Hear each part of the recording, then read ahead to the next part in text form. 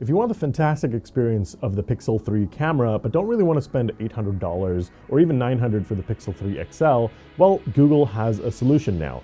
That's why they've launched the Pixel 3a XL and the Pixel 3a. The Pixel 3a costs $400 and the 3a XL costs $479. So you're getting the same exact camera experience, of course with other slight differences, but at a much lower price point. Now we've already unboxed the Pixel 3a XL, so we're going to do an unboxing of the 3a to see what you get in the box. So this is the standard packaging you get with the Pixel 3a. Again, this is the 3a XL that we already unboxed. This is the purple-ish color. There's also the white, which is the Pixel 3a that we're about to unbox, and there's a just black as well. So just a quick look at the purplish one, since we won't sort of see it much else for the video. You can take a look at our Pixel 3a review video to check out more details on our thoughts on the phones. Let's take a look at the actual box. It's pretty standard in terms of what you get from Google nowadays. Sort of like a paper cardboard-like box.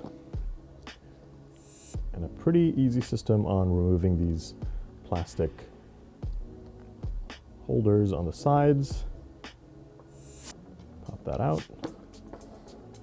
And just as a reference, on the side of this, we have a Pixel 3 XL, so that's the $900 version of this phone. So this is the Pixel 3a. It's the small one, so there's a 5.6-inch screen, which is actually kind of funny because you're getting a slightly bigger screen than the normal Pixel 3, which is a 5.5-inch screen.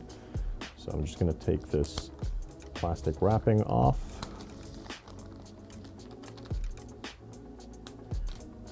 And there you go. It's quite compact, pretty thick bezels around the front and the sides of the phone. I'm just going to turn it on for you guys there. And this is the white version, and it comes with a slightly pastel orange power button. And then a 5.6-inch screen. And while that sort of just powers on, I'm going to take a look at what else is in the box.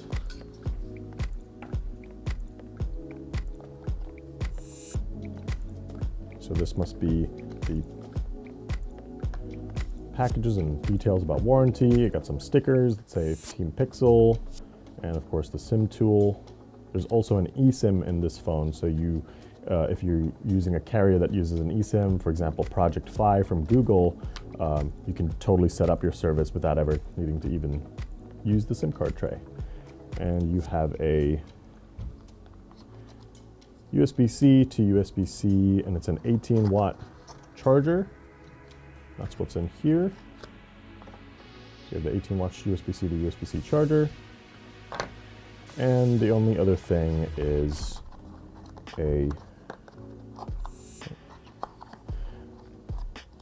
tough to take out, but it is a USB-C to USB-A adapter, so you know, things for transferring files when you're setting up or switching from a different phone, for example. That's pretty handy, but that's about it. There's no audio device or anything like that in here, but that's because this phone actually has a headphone jack.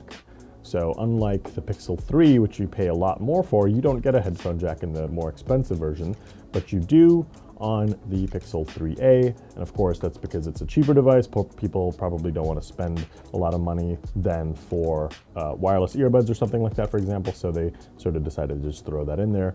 Kind of funny though, because a smaller, cheaper phone has more features than a bigger, more expensive phone.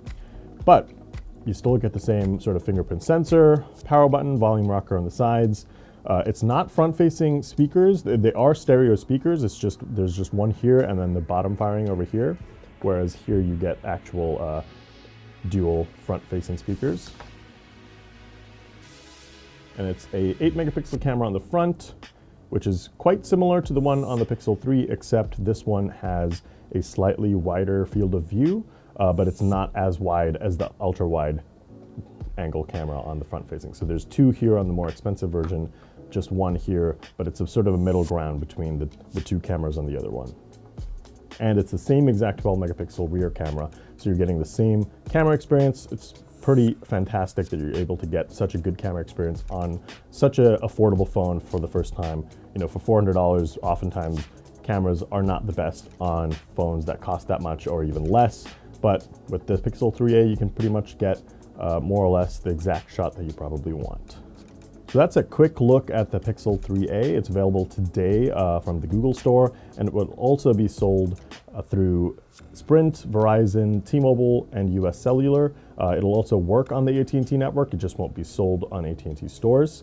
But it's available for today for $400, and the Pixel 3a XL is going to be available today as well for $479.